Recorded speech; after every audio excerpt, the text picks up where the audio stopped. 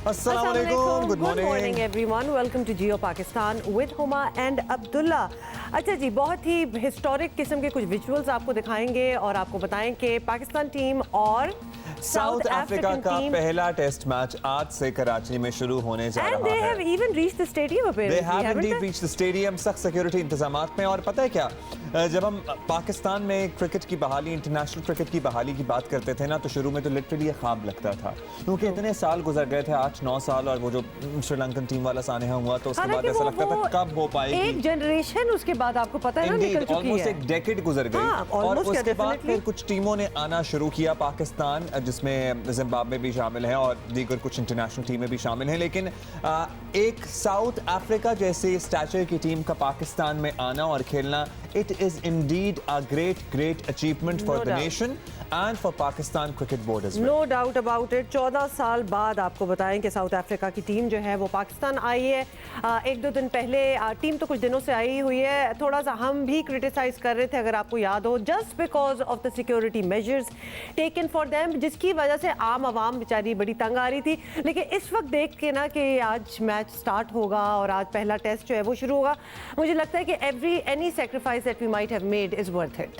तो ठीक है, अगर सिक्योरिटी सिचुएशन है, ट्रैफिक भी ब्लॉक करनी पड़ती है, उसको बेहतर निज़ाम किया जा सकता है, लेकिन it's so good to see this team in Pakistan. And of course Pakistan में पाकिस्तान का ही मैच हो तो ज़बरदस्त बात है। और हमारी उम्मीद और दुआएं ये भी हैं कि ये मैच हम जीत भी जाएं, क्योंकि इससे पहले जो हमारी परफॉर्मेंस रही है न्यूजीलैंड के खिलाफ टेस्ट मैच वगैरह में, आपको याद है कि वो बहुत बुरी रही है। हम ये भी होप कर रहे हैं, हम ये भी तवक्को कर रहे हैं कि हम इस मैच में अच्छा परफॉर्म करें, और हम ये भी तवक्को कर रहे हैं कि साउथ अफ्रीका की टीम यहाँ से बहुत खुश जाए वापस। अच्छा, सूरत हाल उधर है क्या? क्योंकि obviously I am sure there are many things that we might have missed, तो हमारे कॉरेस्पॉन्डेंट से हम बात करेंगे। Did we just show that? Did we just say कि मीठी हलीम? ओके फाइन, मैं बिल्कुल I am going to reserve my comments, चूंकि मैंने खाई नहीं है तो लिहाजा मैं उस वलवले से नहीं कह सकती कि व्हाट इज गोइंग ऑन।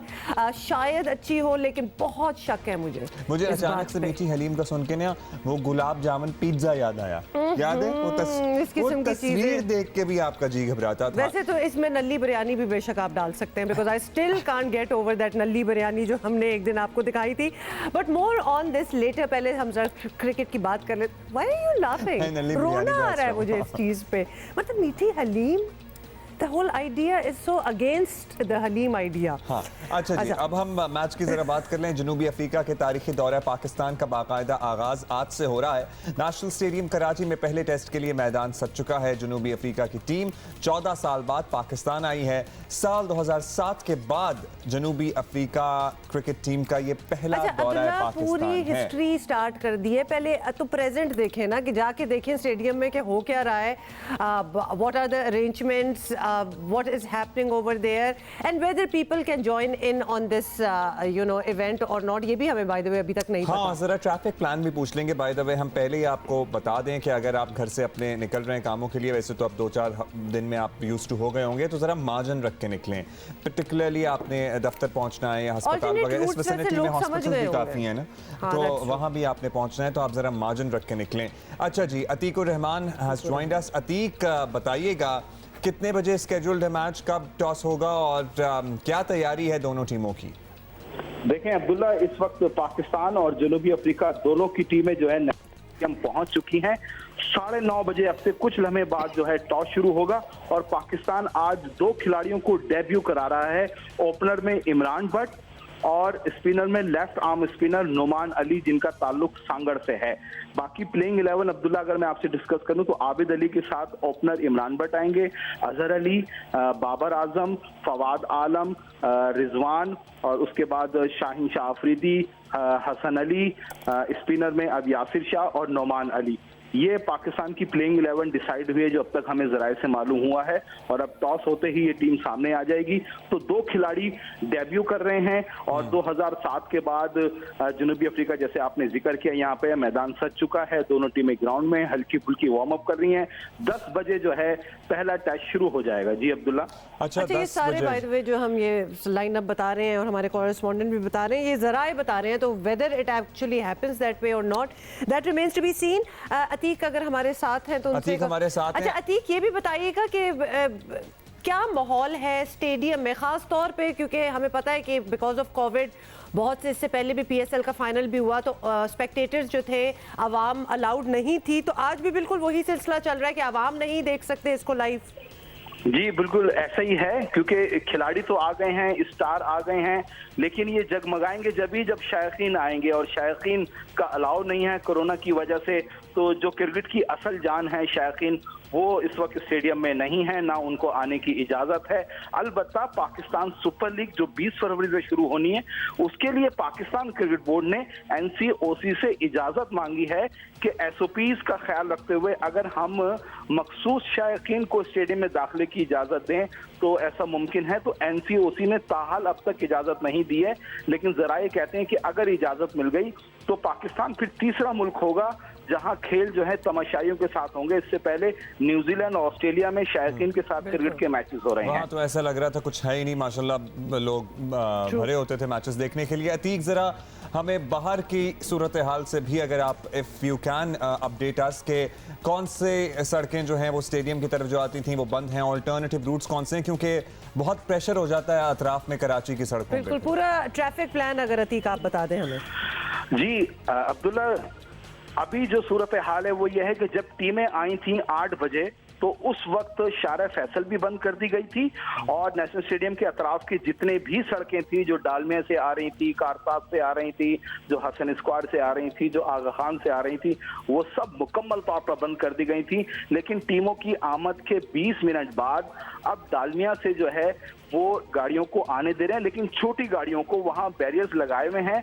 थोड़ा तंग रास्ता है, इस वजह से लोगों को मुश्किलात पेश आ रही हैं। रास्ते तो खोल दिए गए हैं, लेकिन एक गाड़ी के गुजरने का रास्ता है। अब अगर 50 गाड़ियां लाइन में हैं तो डेफिनेटली इसी तरह ये सूरत हाल जो है आगा खान से भी है, वहां भी कंटेनर लगाए हुए हैं। एक छोटा सा रास्ता खोला हुआ है जिसकी वजह से ट्रैफिक है। कार साथ से भी आने दे रहे हैं, लेकिन वही वहां पे बैरियर लगा के छोटी गाड़ी आ रही हैं, जो हैवी गाड़ियां हैं, ट्रक हैं, लोडर हैं, उनको अलाउ नहीं है। छोटी मोटी गाड़ियां जो है वो स्टेडियम के अतराफ में इस वक्त मुझे नजर आ रही हैं। आम शहरियों जो अपनी गाड़ी में ट्रैवल कर रहे हैं उनको आने की इजाजत है। वैसे शारा फैसल से जो कारसाज की टर्निंग है वो यूजुअली प्रैक्टिस के दौरान भी बंद रहती थी, क्या अभी वो खुली हुई है टर्निंग? देखें, जो पहले इब्तदाई 3 दिन थे उस दौरान तो मुकम्मल तौर पे बंद किया हुआ था, लेकिन उसके बाद फिर मीडिया पे खबरें चली, जियो ने उसको बहुत ज्यादा हाईलाइट किया। उसके बाद जो है अब कारसाज से अगर आप सदर से आ रहे हैं तो कारसाज से आप टर्न हो सकते हैं नेशनल स्टेडियम के लिए। आम अफराद भी, भले गाड़ी पे स्टिकर हो या ना हो, और वहां से मूव करके अब जहां भी जाना चाहे। वेरी वेरी इंपॉर्टेंट इन्फॉर्मेशन, क्योंकि लोगों को नहीं पता, क्योंकि पिछले 3 दिन जो केओस हुआ है शहर में अतराफ की सड़कों पे नेशनल स्टेडियम की, उसमें बहुत से लोगों ने अजियत का सामना करना पड़ा। बट ये अच्छा है, देखिए हम इसीलिए बात कर रहे थे ना कि कोई अल्टरनेटिव लेके आए, और वो अल्टरनेटिव लेके आए कि बस वैगन वगैरह या अगर आप किसी इस तरह की पब्लिक ट्रांसपोर्ट टाइप चीज में वो नहीं आप लेके जा सकते, लेकिन if you travelling on your own car और बाइक तो you can go. But which also means that you need to know कि आप ये जा सकते हैं, वरना बहुत से लोगों को तो ये इन्फॉर्मेशन पता भी नहीं है कि प्राइवेट अगर आप गाड़ी चला रहे हो तो आप जा सकते हैं। अच्छा अतीक, हमारे कॉरेस्पॉन्डेंट ने हमें एक और बात बताई जो कि जिससे मुझे बड़ी उम्मीद हुई है कि पीएसएल का जो नेक्स्ट एडिशन होगा which is actually next month, तो उसमें काफ़ी चांसेस हैं कि स्पेक्टेटर्स जो हैं, आवाम जो है वो अटेंड कर सकेंगे। अभी वैसे उसकी भी कोई हतमी इजाज़त ऐसे मिली नहीं है, एंड दैट टू डिपेंड्स कि हमारा जो कोरोना की सूरत हाल है वो कितनी बेहतर होती है। हाँ। अभी पता है क्या, मैं बड़ा चाहता हूं कहना कि कोरोना की सूरत हाल में कुछ बेहतरी आ रही है, लेकिन मैं नहीं कहूंगा, क्योंकि जब ये कह दिया जाता है ना हमें, तो हम माशाल्लाह वो शुतर बेमहाल होते हैं, और हम जिसे कहते हैं ना, हम तो आउट आपे से बाहर ही हो जाते हैं। हाँ, फिर तो हमने मास्क पहनने भी छोड़ देते हैं, फिर हम सारे एसओपीज अगर कुछ लोग ख्याल करते हैं तो वो भी भूल जाते हैं। तो इसलिए बिल्कुल आप ये ना समझें कि कोरोना और फिर आपको पता है कि वो दूसरी लहर आई और ये सब कुछ हुआ, लेकिन अभी भी टाइम है, अभी भी हम और क्या ही बेहतर हो रहा है। आज भी 58 लोग गुज़श्ता 24 घंटों में जान से चले गए हैं। हमने आपको बताया था मंडे को, इसलिए हमेशा से हमने देखा है पिछले कुछ अरसे में कि कम डेथ्स रिपोर्ट होती हैं क्योंकि वीकेंड होता है, रिपोर्ट कम हो रही होती है हम बात, लेकिन आज अगेन और वैसे भी अगर, लेकिन आपको अपने नंबर्स फिर भी कम लगेंगे अगर आप बाकी पूरी दुनिया से कंपैरिजन करें, लेकिन मैं तो यही कहूँगी कंपैरिजन ना करें। We should be one of those जहाँ से बिल्कुल चीज़ ये है ख़त्म हो जाए, and we can do it, क्योंकि क्योंकि हमारा इतना बुरा हाल नहीं है जितना बहुत से बाकी जो मुल्क हैं वहाँ का हाल है। क्रिकेट के सिकंदर वक्त हमारे साथ मौजूद हैं, उनसे जरा गप्पे शप्पे तो वैसे हमारी लगी नहीं थी, लेकिन हम फिर से दोबारा बात करना शुरू कर देते हैं। How are you Sikandar? It's indeed a big day for Pakistan cricket for the nation as बहुत ही ज़बरदस्त किस्म का है और बहुत ही अच्छा जी, उधर आ जाएं जी Sikandar. And meanwhile, Yahya Hosseini has also joined us. also joined us. सबसे पहले तो सिकंदर आपसे ये जल्दी से पहले पूछ ले कि ये आपको कैसा आइडिया लगा कि South Africa is going to be batting first? देखें, ये लास्ट टाइम भी जब वो जीते थे यहाँ पर 14 साल पहले, तो उन्होंने पहले बैटिंग की। कराची की जो विकेट है ना पाकिस्तान की, वो ड्राई रहती हो जाती है। शुरू में ज़रूर थोड़ा सा स्विंग मिलेगा, मगर उसके बाद जब ड्राई होती है तो स्पिन होता है, पिच टूटती है।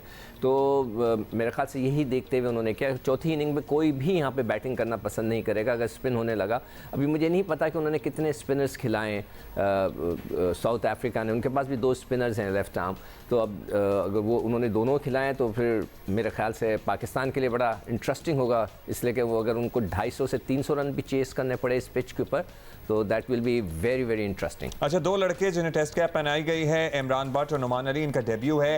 याह्या, आपसे जान लेते हैं, if you can tell us more about Imran and Numan. Imran तो गालिबन टॉप स्कोरर थे डोमेस्टिक में, नुमान का ताल्लुक सांगड़ से, लेकिन अदरवाइज किस कैपेसिटी में खेलेंगे आज ये? नुमान नॉर्दर्न के लिए खेलते हैं, जिसके चीफ सिलेक्टर मोहम्मद वसीम माजी में कोच हुआ करते थे और कुछ 3 सीजन से बड़ी उम्दा कारकर्दगी का मुजाहरा कर रहे हैं और लेफ्ट आर्म स्पिनर हैं वो। अगरचे सीजन में उन्होंने टॉप नहीं किया, लेकिन पिछले 2 सीजन में उन्होंने बड़ी उम्दा बॉलिंग का मुजाहरा किया था और इनिंग का आगाज करेंगे इमरान भट्ट आबिद अली के साथ। और इमरान भट्ट न्यूजीलैंड के टूर पर भी पाकिस्तान टीम के साथ मौजूद थे। ये भी डोमेस्टिक क्रिकेट के परफॉर्मर है। अभी सिकंदर बख्श साहब पूछ रहे थे टीम कॉम्बिनेशन के हवाले से, तो जुनूबी अफ्रीका जो है वो 3 स्पिनर के साथ इस टेस्ट मैच में एक्शन में हमें दिखाई देगा। तो इसका मतलब यह है कि जुनूबी अफ्रीका की टीम वेल प्रिपेयर हमें दिखाई दे रही है। और कल जब उनके कोच ने प्रेस कॉन्फ्रेंस की थी, मार्क बाउचर ने, जो कि उनके फॉर्मर टेस्ट विकेट कीपर हैं, और मैं थोड़ा सा उनके बारे में आपको ये बताते चलूं कि विकेट कीपिंग करते हुए उनकी आंख पर जो है वो बॉल लग गया था। और अगर आपको या हुमा को उनकी कोई लाइव पिक्चर देखने का इत्तेफाक हो तो आप देखिएगा कि उनकी जो बाएं आंख है वो बहुत ज्यादा जो है वो इफेक्ट हुई है बॉल लगने से। दूसरी तरफ अगर मैं बात करना चाहूँ जुनूबी अफ्रीका की टीम की, तो उन्होंने यही कहा था कि कल हम कुछ डिफरेंट करने की कोशिश करेंगे और पूरी कोशिश हमारी ये होगी कि हम इस टेस्ट मैच में 20 विकेट हासिल करें। 160 रन से 14 साल पहले इसी मैदान पर जुनूबी अफ्रीका ने पाकिस्तान को हराया था। लेकिन जहां तक पाकिस्तान के कैंप की बात है तो मुझे बहुत ज्यादा कंफ्यूजन नजर आ रही है पाकिस्तान के कैंप में। पाकिस्तान क्रिकेट बोर्ड ये कह रहा था कि जी 11 खिलाड़ी बाबर आजम सिलेक्ट करेंगे। बाबर आजम कह रहे थे कि 11 खिलाड़ी, फाइनल डिसीजन मेरा होगा। मिसबाह उल हक कह रहे थे ये बाबर आजम की टीम नहीं है, ये मेरी टीम नहीं है, हम सब मिलकर टीम सिलेक्ट करेंगे। तो क्या खिचड़ी बन रही है, मेरे समझ से बाहर है। और फिर जिस तरह इस टेस्ट मैच से पहले एनसीए के कोचेस को यहाँ पर बुला लिया गया था, ओवरऑल अगर देखा जाए तो सब कुछ अच्छा होना चाहिए इस टेस्ट मैच में, लेकिन ऐसा लगता है कि पाकिस्तान कैंप में बहुत ज्यादा पैनिक बटन ऑन है। अच्छा, अभी तो जो खिचड़ी बननी थी वो बन गई है, अब तो प्लेइंग 11 आ गए हैं। अच्छा, लेकिन सिकंदर से ये जरूर पूछना चाहूंगी कि ये ही सुनने में भी आ रहा है, obviously it's a young team south Africa की भी अगर देखी जाए, इन द सेंस कि they have never performed in Pakistan. Sikandar, ये एक उनके लिए ऑब्वियसली जो भी पहली बार आए, पहला मैच या पहले 1-2 मैचेस तो ओरिएंटेशन में ही लग जाते हैं। डज इट मैटर कि उन्होंने पाकिस्तान में पहले कभी प्ले नहीं किया? थोड़ा बहुत फ़र्क पड़ता है, मगर देखें जो प्रोफेशनल क्रिकेटर होता है उसने तो क्रिकेट खेलनी है, चाहे वो ऑस्ट्रेलिया में जाके खेले, चाहे पाकिस्तान में खेले या इंग्लैंड भारत में खेले। देखें इस खित्ते में तो वो खेलते रहे, उनका इतना मज़ेदार उनकी बैटिंग का रिकॉर्ड अच्छा नहीं है, इसलिए कि भारत ने भी ये किया था कि स्पिनिंग ट्रैक बना दिए थे, ये फंस गए थे उधर आकर। तो ये थोड़ा सा फ़र्क पड़ता है, मगर इतना भी नहीं पड़ता, इसलिए वो आए हैं। मैं तो इस बात पे बिलीव करता हूँ, जब आप क्रिकेटर हैं, आपने जब बैटिंग करनी है तो आप किसी भी पिच पे कंडीशंस में बैटिंग करें, बॉलिंग करनी है तो उस कंडीशन में बॉलिंग करें। तो हम जाके तब्दील हो जाते हैं, हम न्यूजीलैंड जाते हैं तो हम घबरा जाते हैं कि यहाँ हालात ख़राब हैं, तो भाई आप बैट्समैन हो तो बैटिंग करो। तो यही चीज़ अब देखना है कि साउथ अफ्रीकन्स क्या करते हैं। पिछला जो टेस्ट मैच हुआ है जिसका हम जिक्र करें कि वो जीते थे, उसमें कैलिस ने दोनों इनिंग में 100 किए थे। आप सोचें 155 एक इनिंग में, एक में 100 नॉट आउट किए थे और मतलब उन्होंने रन्स किए, तो इसका मतलब है कि वो रन्स करना जानते हैं, they know how to play. वहाँ की विकेटें भी ड्राई होने के बाद टूटती हैं, जैसे कि हमारी जो पिच टूटेगी, अगर टूटती है तो बाबर ने भी कह दिया कि ड्राई है तो उसमें स्पिन तो होगा, तो अब देखते हैं कि हमारे स्पिनर्स, मैं तो सबसे ज़्यादा मुबारकबाद नुमान को दूंगा, इसलिए कि एक तो परफॉर्मर है और बहुत अरसे के बाद एक इंटीरियर सीन से लड़का आया है, जो कि मुझे बड़ी खुशी हो रही है इस बात की कि इस तरह के लड़के आए तो वहाँ पर भी क्रिकेट फरोग मिलेगा। हम सबको भी बहुत खुशी हो रही है। या अब तो वही ना, अब तो प्लेइंग 11 हमारे सामने आ गया है। कंसिडरिंग दीज कंडीशंस, जो हमारी पिच है, जो हमारा ओपोनेंट है, उसको देखते हुए आपको लग रहा है ये बेस्ट पॉसिबल कॉम्बिनेशन है? थोड़ा सा मुझे कंसर्न है यहाँ अब्दुल्ला, लेकिन अगर आप टॉस की बात करते हैं तो ये एक आम तासुर यही था कि जो भी यहाँ पर टॉस जीतेगा वो पहले बैटिंग करने के लिए जाएगा, क्योंकि सब कॉन्टिनेंट में अमूमन अवॉइड करते हैं टीमें और कप्तान चौथी इनिंग खेलना। और इसका अंदाजा आप इस बात से कर सकते हैं कि ये नेशनल स्टेडियम कराची में टेस्ट मैच नंबर 43 है और जो 42 टेस्ट मैच खेले गए हैं वहां 36 टाइम ऐसा हुआ था कि टॉस जीतने वाली टीम पहले बैटिंग करने के लिए गई थी, यानी आज 37 टाइम ऐसा हो रहा है। और सिर्फ 6 मरतबा माजी में ऐसा हुआ है कि जो टॉस जीतने वाली टीम थी उन्होंने फील्डिंग का फैसला किया। दूसरी तरफ जहां पर अमूमन यही देखा गया है कि पहली इनिंग में टीम अच्छी इनिंग खेलती है और उसके बाद जो है वो दूसरी टीम के लिए मुश्किल सूरत हाल का सबब बनती है। तो टॉस मेरा ख्याल है कि कॉन्टिनेंट डिकॉक एक अच्छा टॉस जीते और कॉन्टिनेंट डिकॉक जो है आज अपना 50वां टेस्ट मैच खेल रहे हैं। तीसरा टेस्ट उनका एज ए कैप्टन है। बाबर आजम पहली मरतबा कप्तानी करने के लिए जा रहे हैं, लेकिन इम्तिहान है पाकिस्तान टीम का। जिस तरह भी आप सिकंदर वक्त से पूछ रहे थे कि जनूबी अफ्रीका की जो टीम है उन्होंने एशिया में परफॉर्म नहीं किया, एशिया में खेले नहीं है, इसमें कोई दो राय नहीं है। लेकिन एज कंपेयर पाकिस्तान टीम, जनूबी अफ्रीका के जो टॉप 6 बैट्समैन हैं वो ये कह सकते हैं कि टेस्ट क्रिकेट खेले, अच्छी खासी खेले हैं, एक साथ खेले हैं, एक उनका कॉम्बिनेशन है, एक उनकी केमिस्ट्री है। तो इस पिच के ऊपर जहां पर जनूबी अफ्रीका की टीम अगर अच्छे स्कोर करती है तो फिर पाकिस्तान के बैट्समैनों का इम्तिहान होगा। लेकिन अब ये देखना होगा, जो हम माजी में बात करते रहे कि पाकिस्तान टीम अपने ग्राउंड पर नहीं खेलती, अपने ग्राउंड का एडवांटेज नहीं होता, अपने माहौल का एडवांटेज हमें नहीं मिलता, तो अब आपकी टीम अपने ग्राउंड पर खेल रही है। लेकिन ये भी एक तल्ख हकीकत है कि पाकिस्तान टीम कभी अपनी पिच को अंडरस्टैंड ही नहीं कर सकी है, कभी समझ ही नहीं सकी है कि हमने कैसी पिच बनाई है। यानी हमको ये वो नहीं पता होता कि हमारी जो पिच है वो हमारे लिए किस तरह खेलेगी। तो होप फॉर द बेस्ट और पाकिस्तान टीम के लिए बेस्ट ऑफ लक। अच्छा, हैविंग सेड दैट याया, ये तो हमारा बड़ा एक विनिंग पॉइंट होना चाहिए कि we are very used to our own pitches, we are very used to our own grounds, तो हमारी एक एज होनी चाहिए इस चीज़ पे। एनीवे सिकंदर, आपसे भी पूछेंगे, would you consider South Africa a very tough opponent to beat या फिर टू बी अराउंड? क्योंकि अगर विजुअल साथ साथ देख रहे हैं ना, थोड़ा सा बता दें कि यूनुस खान जो है वो टेस्ट कैप पहना रहे हैं लड़कों को। ये किसी भी क्रिकेटर की जिंदगी का बहुत बड़ा लम्हा होता है and we should congratulate these youngsters कि जनाब आज इन्हें मौका मिल रहा है पाकिस्तान की नुमाइंदगी करना। जो भी लड़का जिसने गली मोहल्ले से क्रिकेट शुरू किया उसका ख्वाब यही होता है अल्टीमेटली, आप सोचें कि वो पाकिस्तान की नुमाइंदगी करे किसी भी। और इसीलिए ये मोमेंट जो है ये बड़ा ऑनरेबल भी होता है, where all the rest of your contemporaries, आपके जो प्लेयर्स हैं वो साथ खड़े होते हैं, and it's a very honourable moment. But very quickly Sikandar, बस ये बता दीजिएगा कि साउथ अफ्रीका से क्या हमें कुछ खौफ होना चाहिए? अगर पिछले कुछ मैचेस देखे जाएं तो इन्होंने they have not really performed very well except for the last one. हाँ, जो श्रीलंका के खिलाफ तो वो जीत गए थे, मगर उससे पहले 9 में से 8 मैच वो हारे हुए हैं। मगर ये कि ये लड़ते हैं, इनकी फास्ट बॉलिंग बड़ी अच्छी होती है हमेशा, फील्डिंग इनकी अच्छी होगी, बैट्समैन भी इनके पास डुप्लेसी भी है, डिकॉक भी है, एल्गर भी है, ऐसे लड़के हैं कि जो कि खड़े होकर खेल सकते हैं। तो हमें डरना तो ज़रूर चाहिए। और देखें, ये जो अभी याया ने बिल्कुल सही कहा कि जो पिच बनती है यहाँ पर, कई दफ़ा हमें ही नहीं पता होता कि इस पिच का बिहेवियर क्या होगा, कहाँ जाके हम फंस सकते हैं। तो अभी जो है, जैसे मैंने कहा कि 300 रन भी पाकिस्तान को चेस करने पड़ गए आखिरी दिन, और उनके पास 3 स्पिनर हैं, तो बहुत ही मज़ेदार मैच होगा फिर। और हम सब मज़ेदार से मुराद है आपका कि मुश्किल हो जाएगा? नहीं, मैं मुश्किल नहीं कहता, मैं मज़ेदार कहूँगा। वर्ड मज़ेदार बेहतर रहेगा। जब वो मैच ख़त्म होगा तो फिर हम आगे बात करेंगे। अच्छा, चलें जी, हम फिलहाल ब्रेक लेंगे, अदरवाइज बिल्कुल जी, ब्रेक भी लेंगे। इस मोमेंट पे ज़रूर एम्फसाइज करेंगे कि 14 साल बाद साउथ अफ्रीका के स्टैचर की टीम जो है वो पाकिस्तान में आके खेल रही है, and it is indeed a great achievement for Pakistan cricket board and the nation as well. बिल्कुल। अच्छा जी, याया सैनी, बहुत बहुत शुक्रिया for being with us. Sikandar Bakht हमारे साथ ही। और ओके, अब ये जरा दिल थाम लें, आपको बताएं कि बिजली पेट्रोल की कीमतों में इजाफे के बाद महंगाई की एक और लहर आने को है। मलबा पिछली हुकूमत के सर डाला तो कोई नहीं मानेगा। इस महंगाई की वजह बिजली की कीमत और पेट्रोलियम मसनूआत में इजाफा है। बिजली फी यूनिट 2 रुपये और पेट्रोल भी 15 दिनों में 2 मरतबा महंगा किया गया। ये हम आपको याद दिला रहे हैं। कुकिंग ऑयल की कीमत सुन के तो लोगों के कानों से धुएं निकल रहे हैं। 60 रुपए तक महंगा हुआ एक ही गो में। 290 से 300-310 रुपए भी फी किलो कुकिंग ऑयल मिल रहा है। और आप ये सोचें चीनी पे कि भी आ ये वो जाते हैं। चीजें हैं जिनके बगैर गुजारा हो नहीं सकता। पेट्रोल के बगैर आप नहीं जिंदगी गुजार सकते, बिजली के बगैर आप जिंदगी नहीं गुजार सकते, खाने के तेल के बगैर आप क्या एक्चुअली वो करेंगे? जब पेट्रोल महंगा हो जाता है ना तो वो सब कुछ महंगा हो जाता है। चीनी भी आपको बता दें कि चीनी एक बार फिर सेंचुरी के करीब है और ऑपोजिशन इन हालात को हुकूमत की जिम्मेदारी बता रही है। जरा सुनिए उन्होंने क्या कहा। अवाम के अंदर अवेयरनेस जो है वो इस गवर्नमेंट की अपनी परफॉर्मेंस लेके आती है और परफॉर्मेंस आपके सामने है। हर रोज महंगाई का एक नया तूफान आता है, मिस गवर्नेंस का एक नया तूफान आता है। जो पाकिस्तान के 73 सालों में नाकामी नहीं हुई वो इन 2.5 साल में पाकिस्तान का जो तनज़्ज़ुली का जो सफर है उसके लिए किसी को कोई अवेयरनेस रेज करने की कोशिश नहीं कोई कर सकता।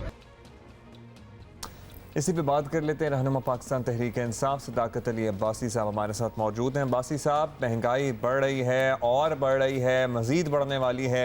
वज़ीर आज़म इजलास पर इजलास कर रहे हैं, स्टेट बैंक महंगाई मज़ीद बढ़ने की वार्निंग्स दे रहा है। क्या आप लोगों को कोई परेशानी है या अभी तक यही लग रहा है कि मीडिया बस प्रोपेगेंडा कर रहा है कि महंगाई बढ़ रही है? और अगर आप महंगाई के लिए जो ब्यूरो ऑफ स्टैटिस्टिक्स का जो एक हर हफ्तावार महंगाई आती है उसके मुताबिक पिछले हफ्ते और इस हफ्ते में 0.32 यानी 0.32% महंगाई हुई है। और ज़ाहिर है ये कंसर्न है। कुछ चीज़ें जो उसमें होती हैं, तकरीबन 50 एक आइटम्स होती हैं जो सेंसिटिव प्राइस में आती हैं, जो बहुत ही ज़रूरी होती हैं। उसमें अगर देखा जाए तो तकरीबन 19 चीज़ें महंगी हुई हैं, 8 चीज़ें सस्ती हुई हैं और बाकी 24 चीज़ें जो हैं उनकी कीमत सेम रही है। और जो महंगी भी हुई हैं वो थोड़ी थोड़ी परसेंटेज से हुई हैं। जैसे आपने ठीक मेंशन किया, घी महंगा हुआ, पेट्रोल महंगा हुआ, लेकिन बहुत सी चीज़ें सस्ती भी हुई हैं। तो ओवरऑल जो इम्पैक्ट है वो महंगाई की शरह कम हो रही है, हाँ, लेकिन चीज़ें बढ़ रही हैं जो आपका सवाल है और उस पर हुकूमत भी कंसर्न है और पूरी कोशिश की जा रही है कि इसकी बढ़ने को कम से कम रखा जाए। सर वैसे इस रवैये के साथ तो आई डोंट थिंक सो कि कोशिश की जा सकती है। और आप बीच में इंसिस्ट कर रहे हैं कि कुछ चीज़ें सस्ती भी हुई हैं, पता नहीं कौन सी चीज़ें सस्ती हुई हैं, हमें नहीं पता। लेकिन अब तक हुकूमत की पॉलिसी रही है कि बिजली, पेट्रोल, चीनी, आटे सब लेकर हर चीज़ की महंगाई का जो मलबा है वो पिछली हुकूमत पर डालते रहना, ये ज़्यादा देर तक बात चल नहीं सकती। क्योंकि 2.5 साल गुजरने के बाद अवाम का ये उम्मीद रखना नाजायज़ है कि मौजूदा हुकूमत को अब तक मामलात संभाल लेना चाहिए थे।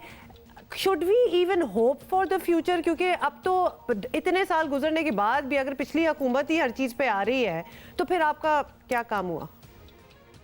देखिए, ये पाकिस्तान हमारा घर है और ये घर अगर खसारे में जब होता है, जब आपकी आमदनी कम और ख़र्चे ज़्यादा होते हैं, फिर आपको कर्ज़ लेना पड़ता है। जब आप कर्ज़ लेते हैं तो कर्ज़ की वापसी भी होती है और उस पर सूद भी होता है। इसलिए हम कोई माजी का, हमें कोई शौक़ नहीं है कि हम बार बार आपको माजी की बात करते हैं, लेकिन ये एक रियलिटी है कि माजी में इतने कर्ज़े लिए गए कि उनको जब वापस करने की का टाइम आता है तो हम फंस जाते हैं। जो हम बार बार आपको खसारे गिनाते हैं और अक्सर टीवी वालों को पसंद नहीं आता कि क्यों कहते हैं कि 20 अरब डॉलर का खसारा था। जब वो खसारा था, उस खसारे का आप अपना गूगल करके देख लें। जब भी करंट अकाउंट का खसारा होगा, आपका रुपया, आपकी करेंसी गिरेगी। जब भी आपकी करेंसी गिरेगी तो आपको महंगाई आएगी। तो इसलिए हम कहते हैं उनका खसारा था, उसकी वजह से करेंसी गिरी थी, उसकी वजह से महंगाई थी। हमने वो खसारा भी ख़त्म कर दिया, करेंसी को भी स्टेबलाइज कर दिया। अब आहिस्ता आहिस्ता महंगाई को भी कंट्रोल कर रहे हैं। अच्छा, महंगाई को भी आप कंट्रोल करने की कोशिश कर रहे हैं, लेकिन बाय द वे माशाल्लाह पिछलों ने भी कर्जे लिए, आप लोगों ने भी लिए हैं, आप लोग भी ले रहे हैं। तो फिर वो एक दूसरे को ब्लेम करने की क्या जरूरत है? फिर वो भी उसी मुश्किलात में होंगे जिसमें आपने आज अपने आप को पाया है। वो भी यही समझते होंगे कि उससे पिछलों ने इतने कर्जे लिए कि उन्हें उतारने के लिए कर्जे लेना पड़ रहे हैं। अब ये बताते हैं, I am sorry but it sounds like a total vicious circle. हाँ, ये तो कभी नहीं निकल सकता। अब ये बता दें कि इस वक्त जो हालात हैं, आवाम को इनमें रिलीफ चाहिए। आवाम की रुदात तो हम रोज़ ही यहाँ पे सुनाते हैं, वजूहात जो भी हों अपनी जगह जेन्युइन भी हो सकती हैं, लेकिन अब महंगाई में कमी करना आपकी जिम्मेदारी है। क्या आप बता सकते हैं कि हालात में कब तक बेहतरी की उम्मीद रखें? ये जो बेसिक आइटम्स हैं, देखिए बिजली 2 रुपये फी यूनिट पड़ना मजाक नहीं है। देखिए, मैं आइडियली ये कह दूं कि चीज़ें सस्ती हो जाएंगी, ये तो शायद मुश्किल है मेरे लिए कहना। और जो आप रिलीफ की बात कर रहे हैं, आप शायद कोई आपका इशारा सब्सिडीज़ की तरफ है, तो फिर आप कहेंगे कि बात वहाँ तक जा लगी कि ख़जाने में अगर आमदनी कम और ख़र्चे ज़्यादा होंगे तो रिलीफ या सब्सिडी देने के लिए नहीं बचे हालात होते। लेकिन हुकूमत पूरी तरह कंसर्न है कि जो इंतहाई गरीब तबका है उसको बचाने के लिए एक तो जितने ये माफिया इनको कंट्रोल। सब आपका कहना है कि सब्सिडीज तो बिल्कुल नहीं मिलने वाली, तो वो तो आपने चले बता ही दिया। Sense in the long run, लेकिन ये महंगाई भी ज़ाहिर क्या करें, IMF का programme. We are going to see you in the second hour of Geo Pakistan. Stay with us. भाई बहुत ही खूबसूरत और कवाली की सिंफ कवाली एक्चुअली इससे पहले जो हम जॉनराज इन्होंने भी बहुत इतने जॉनराज अब एक्सपीरियंस कर लिए हैं हमने हदीका के साथ मिलके कि कुछ नया करती हैं तो we look forward to. And also मेरा ख्याल है कि हदीका की जर्नी और हमारी जर्नी हम सारों की साथ ही जर्नी है एज इन अवाम की, क्योंकि Hadika has done so many firsts, मतलब डिफरेंट जबानों में गाने गाना, फिर डिफरेंट जॉनराज जिस तरह आप कह रहे हैं, और उनकी भी एक मौसीकी को एक नया रंग देना, और जितना वो जैसे जैसे फिर वो ट्रांस म्यूजिक हो इटसेल्फ, जो अपने जमाने में दुपट्टा मेरा मलमल वाली एल्बम में लेके आई थी, बड़ी पुरानी, she has really graduated from there, that was good. पहले जो बिल्कुल सूफी कलाम को इन्होंने अपने अंदाज में पेश किया, और अब कवाली, और कवाली में यूजुअली हमने देखा है कि मर्द हजरात जरा ज्यादा तब आजमाई करते हैं, उन ज्यादा क्या, मैंने तो कभी करते ही कवाल होते ही ज्यादा मर्द हैं, लेकिन हदीका से हम ये तवक्को कर सकते थे कि वो इस जॉनर में भी कुछ ना कुछ जरूर करेंगी, एंड शी डिड। तो we will obviously talk about that later, और आपको जरा तफसीली वो दिखाएंगे भी, लेकिन इस वक्त सॉरी मैच के अलावा और कोई बात नहीं हो सकती, ऑल्दो हमारे पास बहुत सी टॉप स्टोरीज भी हैं। सिकंदर बख्त हमारे साथ बैठे हुए हैं। सिकंदर, अच्छी उम्मीदें लगानी चाहिए। मैच शुरू हो गया, मैच वैसे शुरू हो चुका है, थोड़ा सा हमने कुछ क्लिप्स दिखाए भी। मैं जाके पहले थोड़ा सा मैच देखूंगा तो पिच का बिहेवियर थोड़ा सा। अच्छा, we are going to ask के साथ भी बैकग्राउंड में थोड़ा सा लाइव विजुअल्स भी दिखा सकते हैं, तो दिखाना शुरू कर दें। अच्छा, while this is happening, Sikandar, what is this all controversy about the trophy का क्या सीन है? इससे मेरे ख्याल से बेहतर काम किया जा सकता था, एक खूबसूरत सी चीज़ बनाई जा सकती थी, मगर अभी इसमें इतने ज़्यादा उन्होंने क्या कहते हैं स्पॉन्सर्स के नाम डाले हैं। Sponsors are very very very very important, मतलब उनके बगैर हम चल नहीं सकते। देखिए, I don't have a problem with the sponsors के जिस तरह logo, I have a problem with the material and the shape and the size of this trophy. और उसके ऊपर इतना बड़ा बड़ा उन्होंने टेस्ट कुछ लिख दिया, तो मतलब उसको बहुत ही मतलब एक कॉमन सी एक ट्रॉफी नजर आती है जो हमें आम शाम स्कूलों कॉलेजों में किसी ऑफिस के अंदर चले जाए तो इससे बेहतर शील्ड्स हमें स्कूल में मिलती है। बिल्कुल भाई, ये सब होना चाहिए। दिस इज अ शील्ड, जो कि यूनिवर्सिटी वगैरह में जब आप शील्ड जीतते हैं तो वो शील्ड लगा दी जाती है दीवार पे। वैसे ही एज अ मेहमान चले जाते हैं तो वो आपको एक पकड़ा देते हैं। ये मेहमान खुसूसी वाली शील्ड है। नहीं, वो बहुत सी प्रिंट करके रखी हुई होती हैं, तो वो हम लोगों को दे देते हैं। तो इसको बेहतर बनाया जा सकता था, इस पे थोड़ा काम नहीं किया मार्केटिंग ने। बिल्कुल नहीं किया, थोड़ा क्या बिल्कुल तो ये टू बी वेरी ऑनेस्ट, मैंने पहले देखी नहीं हुई थी। जब ये हमें सवाल आना स्टार्ट हुए हैं कि जी ट्रॉफी पे जरूर बात करें, तो फिर मैंने देखा है कि क्यों बात करें ट्रॉफी पे, क्या इस लायक है कि इस पे बात की जा सके। But having said that, the event itself, बिल्कुल बिल्कुल, the event itself is so huge कि ट्रॉफी तो बस एक सिंबल है ना बेसिकली। तो जैसी भी हो, this is the one that we want to win. Indeed, this is the one that we want to win, और let's see क्या होता है। We look forward to win this match and this series ultimately। और सबसे बड़ी बात यह है कि साउथ अफ्रीका के लेवल की टीम, वैसे तो सारी टीमें जो भी अब तक पाकिस्तान में आई हैं, पाकिस्तान की बहाली, क्रिकेट की जो इंटरनेशनल क्रिकेट की बहाली है उसमें उनका सबका किरदार है, लेकिन एक वक्त में एक्चुअली ये ख्वाब लगता था सारा कुछ। बिल्कुल आप सही कह रहे हो। एक दफ़ा मैं वहाँ से पुल से गुजर रहा था, जो उमर क्या कासिम उमर के नाम पे है नेशनल स्टेडियम पे, उसी ज़माने में इंसिडेंट हुआ था। तो मेरा दोस्त मुझसे कहने लगा, सिकंदर ऐसा ना हो कि इसको स्टेडियम को हम लोग बोलें, अपने बच्चों को बताएं कि यहाँ पे कभी क्रिकेट होती थी। तो शुक्र है अल्लाह का कि ऐसी चीज़ नहीं है। और सबसे अच्छी बात है कि उनकी पूरी टीम आई है। बांग्लादेश ने कुछ लड़के खींच लिए, अफगानिस्तान ने मना किया कि हम नहीं आ सकते।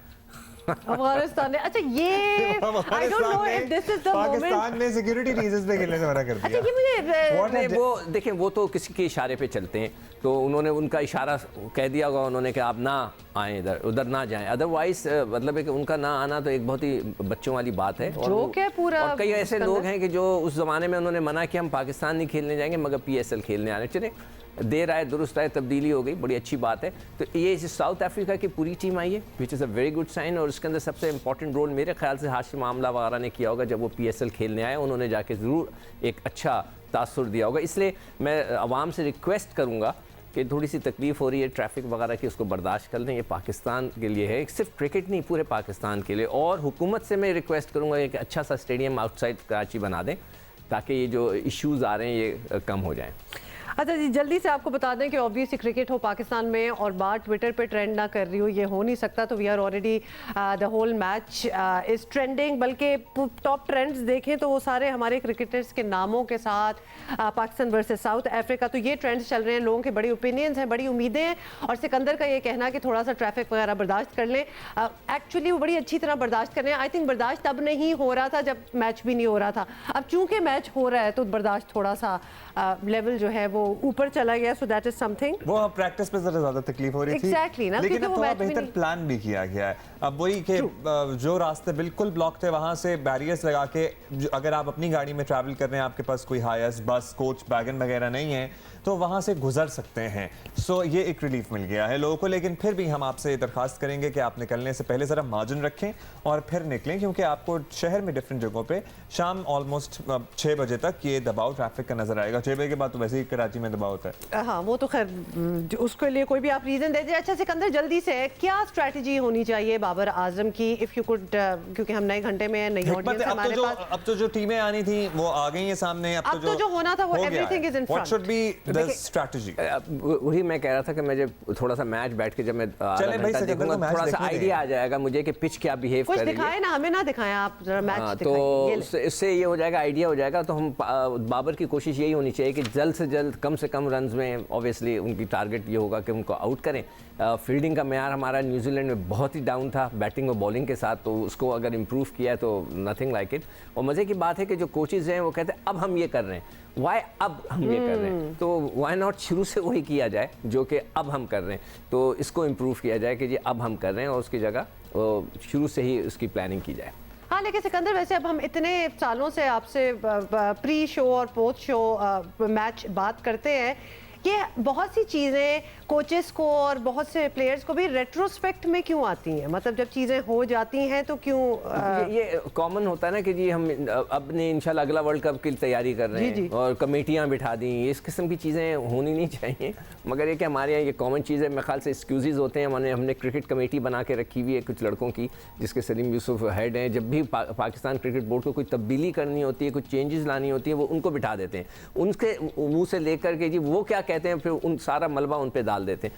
तो ये किस्म की नहीं होती। आप बड़े लोग हैं, आपको फैसले और डिसीजंस लेने आपके जॉब का हिस्सा है। तो चले, okay, there is a lot of cricket left still. आज तो पहला दिन है, अभी हम शुरू हुए हैं। सिकंदर बख्त, बहुत बहुत शुक्रिया thank you for being here and guiding us through it as well कि क्या हो रहा है क्या नहीं।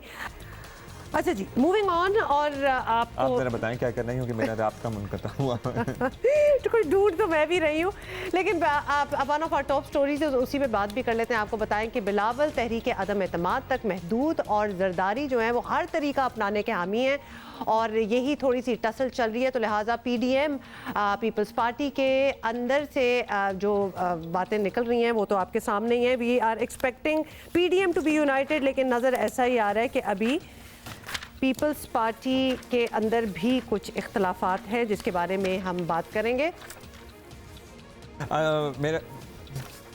मेरा I think we should take a break and then we should come back and talk about a lot of things. भी वो बात जो आप बता रही थी इससे पहले, बिलावल तहरीक अदम एतमाद तक महदूद, जरदारी हर तरीका अपनाने के हामी। PDM को छोड़ें, पीपल्स पार्टी के अंदर से भी हुकूमत को गिराने की मुख्तलिफ स्कीमें जो हैं वो ऐसा लगता है कि सामने आ रही हैं। That is very true. आपको बताएं कि बिलावल भुट्टो वज़ीर आज़म के खिलाफ तहरीक अदम एतमाद लाने पर जोर दे रहे हैं। अब आसिफ जरदारी का भी एक बयान सामने आया है जिससे तासुर मिला है कि पीपल्स पार्टी इस एक ऑप्शन तक महदूद नहीं। इस पर PDM की जानिब से मुहताद रद्द अमल सामने आया। सबसे बड़ी स्टेक होल्डर मुस्लिम लीग नून ने इसकी खुलकर हिमायत कर दी है, ना हिमायत की है एक्चुअली और ना मुखालफत। इनफैक्ट सुन लें आप।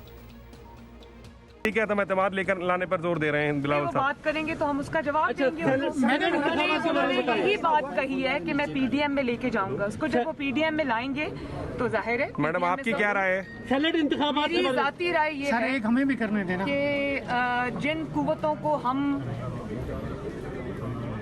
पॉलिटिक्स से और पॉलिटिकल मेडलिंग से बाहर निकालना चाहते हैं उनको इन्वॉल्व हमें फिर नहीं करना। नैब को ऑपोजिशन ने भुगत लिया, जुल्म सह लिया, अब हुकूमत की बारी है। अब इसको ऐसे ही रहने दे, कोई ऑर्डिनेंस नहीं आएगा, ये हुकूमत भी यही नैब मुस्लिम लीग नून के पार्लिमानी इजलास की अंदरूनी कहानी अलबत्ता कुछ और बता रही है। पता चला है कि ज़्यादातर लीगी अरकान तहरीक अदम एतमाद लाने के हक में नहीं है। अरकान का मौक़िफ़ है कि वज़ीर आज़म के खिलाफ तहरीक अदम एतमाद नवाज शरीफ के बयानी की नफ़ी होगी। तहरीक अदम एतमाद की कामयाबी के लिए किसी का सहारा लेना होगा और उन कुव्वतों का सहारा लेना पड़ेगा जिन्हें नून लीग पार्लियामेंट से बाहर करना चाहती है। आपको ये भी बताएं कि फैसला यही है कि हतमी फैसला पीडीएम ही करेगी। पीपल्स पार्टी की जानिब से ऐसे मौके पर ये ऑप्शन सामने लाया जा रहा है, ला रहे हैं जब वज़ीर आज़म के इस्तीफ़े के लिए दी गई डेडलाइन ख़त्म होने को है और पीडीएम के ऐलान करदा स्केड्यूल के मुताबिक लॉन्ग मार्च और इस्तीफ़ों का नंबर आने को है। ऐसी सूरत हाल में पीपल्स पार्टी का किसी हद तक मफाहमती सा रवैया हुकूमत का सैरो खून बढ़ा रहा है। इस पर हम बात भी करेंगे। पाकिस्तान पीपल्स पार्टी की सेक्रेटरी इत्तलात हैं शाजिया मरी हमारे साथ मौजूद। जी शाजिया, बहुत बहुत शुक्रिया आपने हमें ज्वाइन किया आज। बिलावल साहब कह रहे हैं कि तहरीके अदम एतमाद ही वाहिद रास्ता है हुकूमत को गिराने का। जरदारी साहब कहते हैं कि सब ऑप्शंस आजमाएंगे। तो दोनों के जो ओपिनियंस हैं वो ज़रा मुख्तलिफ हैं। पीपल्स पार्टी असल में क्या चाहती है? पार्लियामेंट के अंदर से काम ना बना तो क्या लॉन्ग मार्च इस्तीफों तक जाने के लिए तैयार हैं? कोई इरादा है? देखिए, पाकिस्तान पीपल्स पार्टी के चेयरमैन जनाब बिलावल भुट्टो जरदारी साहब ने बड़ा वाज़े ये कहा है कि हम तमाम आइनी, कानूनी और पार्लिमानी जो ऑप्शंस हैं उनको इस्तेमाल करेंगे और इस नाअहल हुकूमत से छुटकारे की कोशिश जारी रखेंगे। और इससे कबल भी जब APC हुई और इन तमाम जमातों ने मिलकर पाकिस्तान डेमोक्रेटिक मूवमेंट के फोरम पर एक जामे जो एहतजाज है उसका आगाज़ किया, तो उस वक्त एक प्लान ऑफ एक्शन बना और जो प्लान ऑफ एक्शन था उसके अंदर भी एक शिक है जहां ये बड़ा वाज़े लिखा है कि जहां दीगर ऑप्शंस का जिक्र है वहां इस ऑप्शन का जिक्र भी है कि हम नो कॉन्फिडेंस के जो मोशंस हैं उनको भी कंसिडर कर सकते हैं, यानी कि तहरीक अदम एतमाद या तहरीक अदम एतमाद को भी कंसिडर किया जाएगा। और जहाँ तक जनाब आसिफ अली जरदारी साहब ने कहा है तो बिल्कुल बजा कहा है कि तमाम ऑप्शंस हमारे सामने हैं, हम तमाम ऑप्शंस का इस्तेमाल कंसिडर कर सकते हैं और पीडीएम के फोरम पर ये फ़ैसले लिए जाएंगे। पीडीएम की तमाम जमातों के साथ बैठकर जो भी फ़ैसला होगा उसका ऐलान किया जाएगा। शाह साहब, अगर तहरीक अदम एतमाद का ऑप्शन है जो कि मुस्लिम लीग नून भी कहती है कि इत्तेहादी टूट जाएं तो ऑप्शन हो सकता है, तो उसके लिए कोई डेडलाइन नहीं होनी चाहिए? यानी फ़लाँ तारीख तक तहरीक एतमाद के लिए तैयार ना हो सके तो फिर ज़ाहिर है किसी दूसरी ऑप्शन की तरफ देखें, या 2023 तक मुसलसल इसी का इंतज़ार रहेगा, इत्तेहादी टूटें और तहरीक अदम एतमाद लाई जाए? 4 वोटों पर ये हुकूमत खड़ी है, अपने इत्तेहादियों को ये नाराज़ कर चुकी है। अख्तर मेंगल साहब हमारे साथ इस पीडीएम का हिस्सा है, तो वो 4 वोट तो उनके भी इनको हुकूमत दिलाने में काम आए थे। हकीकत अब बदल चुकी है। जब से इमरान खान वज़ीर आज़म बने और इन्होंने हुकूमत बनाई या इनकी हुकूमत बनाई गई, उस वक्त से लेके आज तक हक़ाइक़ बदल चुके हैं। अच्छा शाजिया, वी डू रियलाइज़ कि अब पीपल्स पार्टी की मसरूफियात तो बख्तावर साहिबा की शादी की तकरीब तक ही महदूद होंगी, तो ज़्यादा सियासी सरगर्मियाँ इस महीने के आखिर तक मुश्किल ही हम सोच रहे हैं कि नज़र आए। क्या उम्मीद रखें कि वादे के मुताबिक 31 जनवरी की डेडलाइन गुजरने के फौरी बाद कोई बड़ा ऐलान होगा? जी बिल्कुल, शहीद मोहतरमा बेनज़ीर भुट्टो साहिबा की साहिबजादी की शादी है, उनके ख़ानदान की ये पहली शादी है।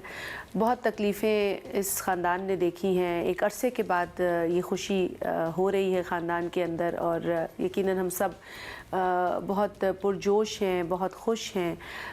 मसरूफियात तो हैं शादी के हवाले से, लेकिन सियासी सरगर्मियाँ अपनी जगह हैं और थोड़ा बहुत तो असरअंदाज होगा जो स्केड्यूल शादी का है, लेकिन फिर भी जो तारीख़ें हैं जिस पर के पीडीएम ने मिलना है, जिस पर के पीडीएम ने जलसा करना है, जिस तरीके से अब जो अगला हमारा इज्तिमा होगा वो हैदराबाद में होगा और आप देखेंगे कि इंशाल्लाह तमाम जमातें जो पीडीएम का हिस्सा हैं वहाँ इकट्ठी होंगी और आवाम भरपूर तरीके से इस नाअहल हुकूमत को एक बार फिर ये पैगाम देगी कि अब इनका वक्त आ चुका है, इनको इज्जत से घर चले जाना चाहिए।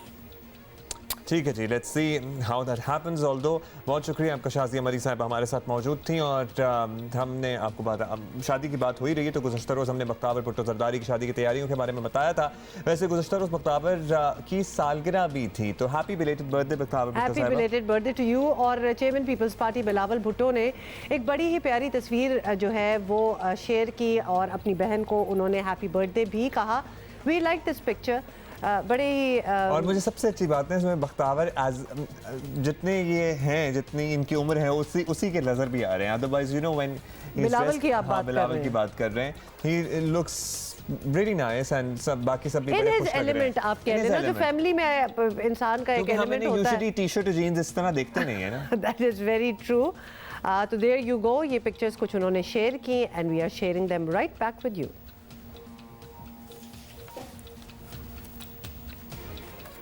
अच्छा जी, अभी एक ट्रिब्यूट आज हम याद कर रहे हैं मारूफ हिदायतकार नजम नकवी साहब को, जिन्होंने पहले भारत में फिल्में बनाई, फिर पाकिस्तान आए और यहाँ भी बड़ा नाम बनाए। इमेजिन करें उस ज़माने से कोई फिल्म डायरेक्टर हो, क्या ये कितने अहेड ऑफ देयर टाइम लोग थे। That is very true. और उनकी आज 39th बरसी है। और अच्छा जी, पीएचडी की नई पॉलिसी ने माहिरीन तालीम को हैरान कर दिया। हर किसी को हैरान, हमें भी हैरानी हुई है। हायर एजुकेशन कमीशन पर सवालात उठ रहे हैं।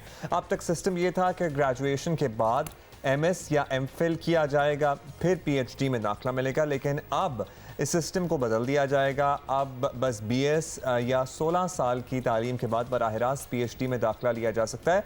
But what is the system across the globe? क्या दुनिया में इसी तरह होता है या नहीं होता? नहीं, बिल्कुल भी इस तरह नहीं होता। आपको ये भी बताएं कि कमीशन का कहना है कि इसका फैसले का मकसद ज़्यादा से ज़्यादा डॉक्टर पैदा करना है। मुल्क भर की मुख्तलिफ यूनिवर्सिटीज़ की जानिब से इस पर बड़े तहफ़्फ़ुज़ात सामने आए हैं। कई वाइस चांसलर्स का कहना है कि नई पॉलिसी में डॉक्टरेट तक पहुंचने वाले तलबा इस मुश्किल काम के लिए इतना तैयार और मैच्योर नहीं होंगे। एज ग्रुप आप देखें ना, पीएचडी में और भी बड़ी आपको चीज़ें चाहिए थी। एक मेंटल मैच्योरिटी भी चाहिए जो कि इस एज में नहीं होगी। दूसरी तरफ थीसिस सुपरवाइज़र शायद ज़रूरत से ज़्यादा बाइख्तियार हो जाएगा, जो नए मसाइल को जन्म देगा। और मास्टर्स की डिग्री का क्या होगा, ये बहुत बड़ा सवाल है। एमफिल अब कौन करेगा? मतलब ये सारी चीज़ें बीच में गायब कहाँ हो जाएंगी?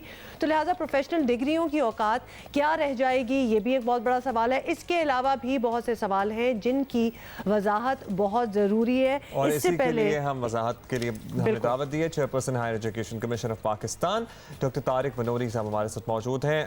बहुत शुक्रिया डॉक्टर साहब। डॉक्टर साहब, हायर एजुकेशन कमीशन ने डॉक्टरेट के लिए शराइत बदल दिए हैं, बल्कि कहना चाहिए कि बड़ी नरम कर दिए हैं। अब मैं भी सोच रहा था पीएचडी में दाखिला ले लूँ इसके बाद तो, लेकिन बीएस के बाद एमफिल वगैरह की ज़रूरत ख़त्म कर दी गई है।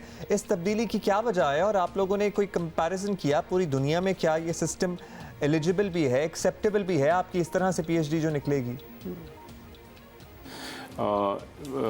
सिर्फ ये चेंज है कि बीएस के बाद डायरेक्टली आप पीएचडी में दाखिला ले सकते हैं।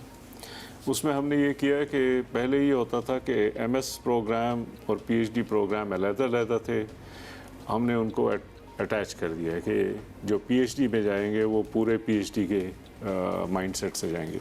असल में चीज़ ये है कि जो लोग पीएचडी करते हैं वो प्रोफेसर्स बनते हैं, उस्ताद बनते हैं। हम चाहते हैं कि बेहतरीन से बेहतरीन स्टूडेंट्स पीएचडी के लिए आएँ और पहले से फ़ैसला करके आएँ कि हमने पीएचडी करनी है और हमने उस्ताद या उस्तानी बनना है, जो भी वो है, प्रोफेसर बनना है, हमने रिसर्च करनी है, हमने लोगों को सिखाना है। Best students should come into the PhD programme. तो इसलिए हम चाहते हैं कि बीएस लेवल से डायरेक्टली हम बेस्ट स्टूडेंट्स को अपॉर्चुनिटी दें कि वो यहाँ पे आ जाएँ। दूसरा ये है कि एमएस और MPhil is one track and PhD is another track. तो हमने इन दोनों ट्रैक्स को अलहदा कर दिया। तो अच्छा डॉक्टर तारिक, बिल्कुल आपकी बातों से यही लग रहा है। इस वक्त ऐसा लग रहा है कि 16 साल की तालीम के बाद कोई भी डॉक्टरेट कर सकता है, सिंपल बात ये है। तो एमफिल और एमएस में एक यह बात तो थी कि तलबा को थीसिस करना और उसकी मुकम्मल बारीकियाँ समझ आ जाना, ये बहुत बड़ी बात होती थी। फिर एक सुपरवाइज़र के इख्तियारात भी समझ आ जाते थे तब तक। तो अब डॉक्टरेट के उम्मीदवारों के पास ये ट्रेनिंग नहीं होगी, क्या ये ठीक है? क्योंकि ये सोच के भी हमें लग रहा है कि वो मैच्योरिटी का वो लेवल नहीं होगा कि वो इतनी बड़ी डिग्री तक आपके पास होना चाहिए। नहीं, ये तो गलत बात है। देखें, जो पहले सिस्टम था उसमें ये था कि आप MS MPhil करते थे, उसमें आपके कुछ कोर्स रिक्वायरमेंट्स होती थी 2 साल में, उसके बाद आपने थोड़ा सा और कोर्सेज़ किए PhD में जाके वो करने के लिए। इस वक्त हमने आप ये ऐसा समझ लें कि हमने इन दोनों को स्टेपल कर दिया है।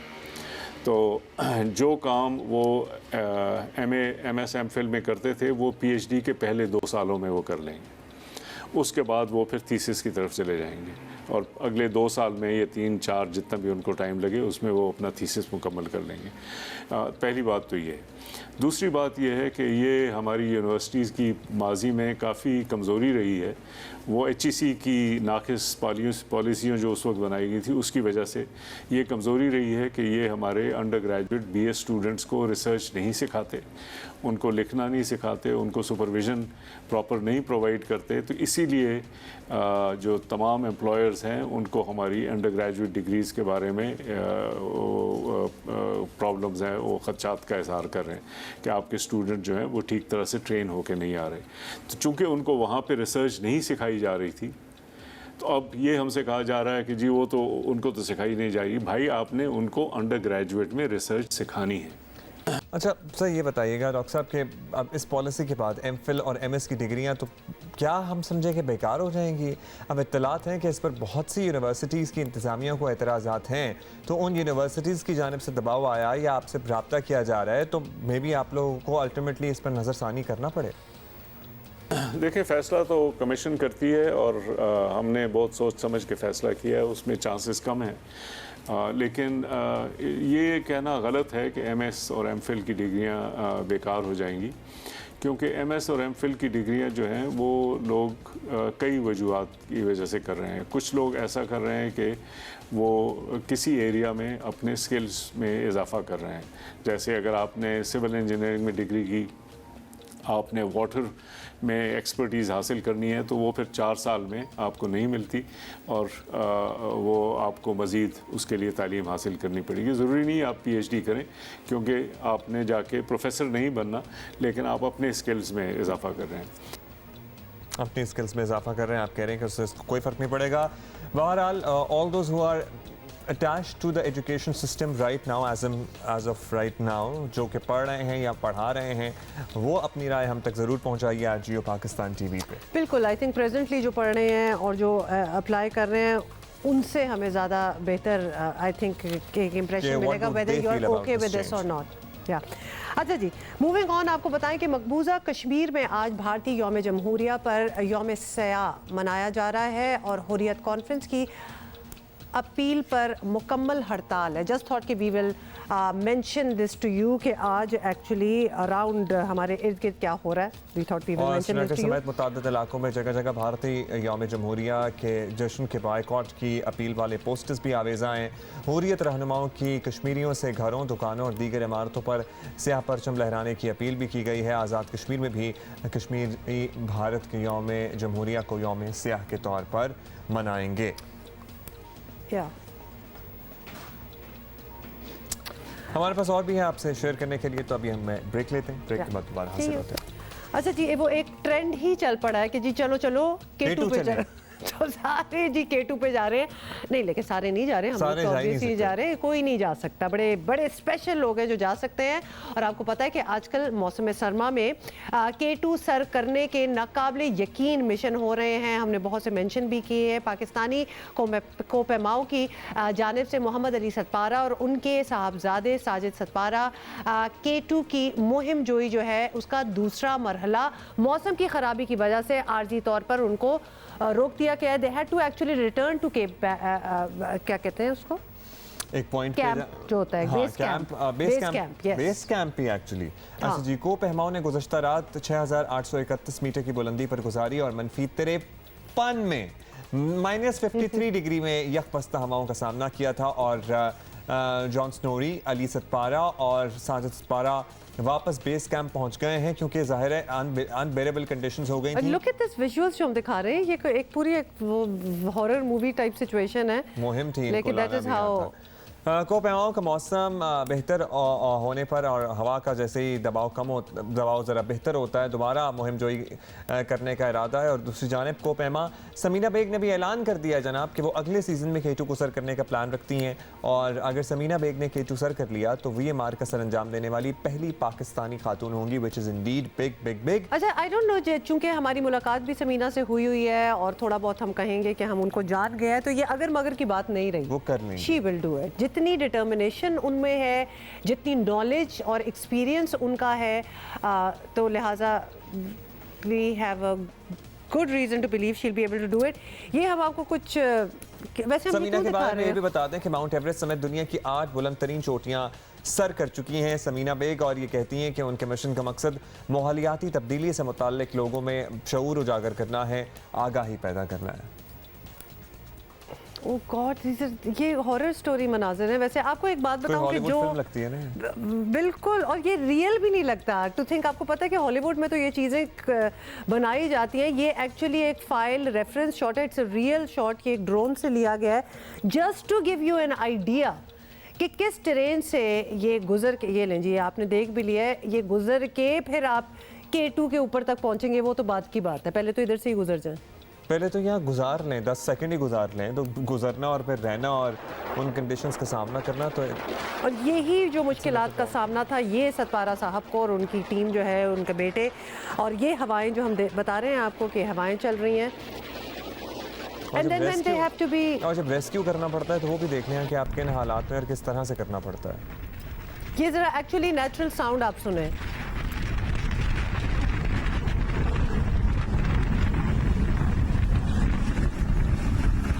And also this is even for the rescue mission जो होता है, ये हेली का भी इधर आना बहुत डेंजरस है। कितनी बार तो ये मना किया कर दिया जाता है कि इस मौसम में हेली भी नहीं वहाँ पहुँच सकता, तो बड़ी एक्सट्रीम आप सोच लें कि कंडीशंस में रेस्क्यू मिशन भी आता है, और जो कर रहे होते हैं माउंटेनियरिंग वो तो होता ही मुश्किल हेलीकॉप्टर है। जो चलाते हैं इस ट्रेन में उन पे भी वैसे सलाम ही है।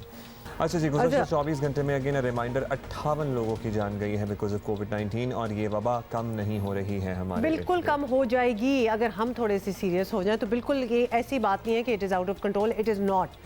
हो सकती है वैसे आउट ऑफ कंट्रोल। एसओपीज़ का ख्याल रखेंगे तो फरवरी में शुरू होने वाला PSL हम स्टेडियम में वरना उस पर नहीं जा सकेंगे। तो ऑलरेडी अच्छी बात आपने वैसे याद दिलाई है, प्लानिंग शुरू कर दें उसके लिए। We'll see you tomorrow.